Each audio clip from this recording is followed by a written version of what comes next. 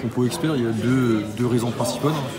La première, c'est une demande sociétale, d'aller vers une optimisation de la nutrition et des problématiques environnementales qui sont associées.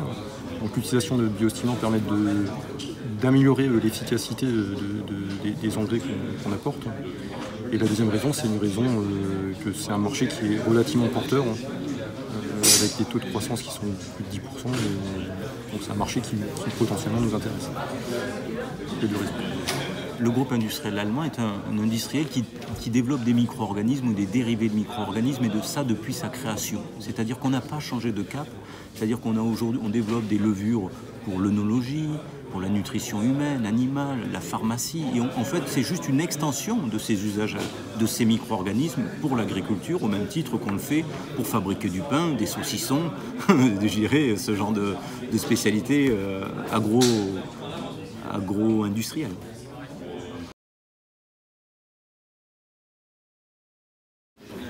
Chez nous, clairement, c'était une remontée du terrain.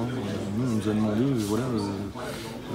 qu'est-ce que vous faites en termes d'amélioration de l'efficience de vos produits, en termes environnementaux. Qu'est-ce que vous proposez comme produit en solution alternative.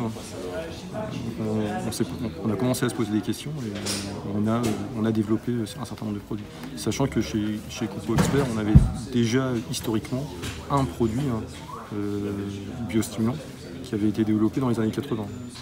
En fait, l'Allemand s'est toujours intéressé à l'usage des micro-organismes pour la boulangerie, qui sont des marchés pondéreux, mais aussi pour le marché des spécialités, c'est-à-dire sont arrivées tout un tas de publications scientifiques qui ont montré l'intérêt d'utiliser les micro-organismes, et l'Allemand, en fait, a juste accompagné la recherche fondamentale, quoi, tout simplement.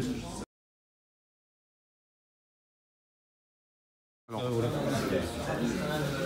c'est une obligation qui permet aujourd'hui de faire le tri entre les produits qui n'ont pas d'AMM et ceux qui ont une AMM, et du coup les produits qui sont sérieux et ceux qui ne le sont pas.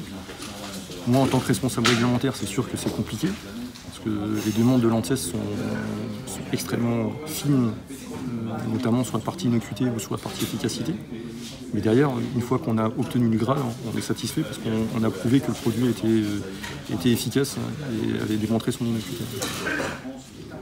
Je suis d'accord avec l'expression Graal. J'approuve totalement ce cadre. J'ai tout à l'heure utilisé l'expression garde-fou, et je suis convaincu que ça, c'en est un.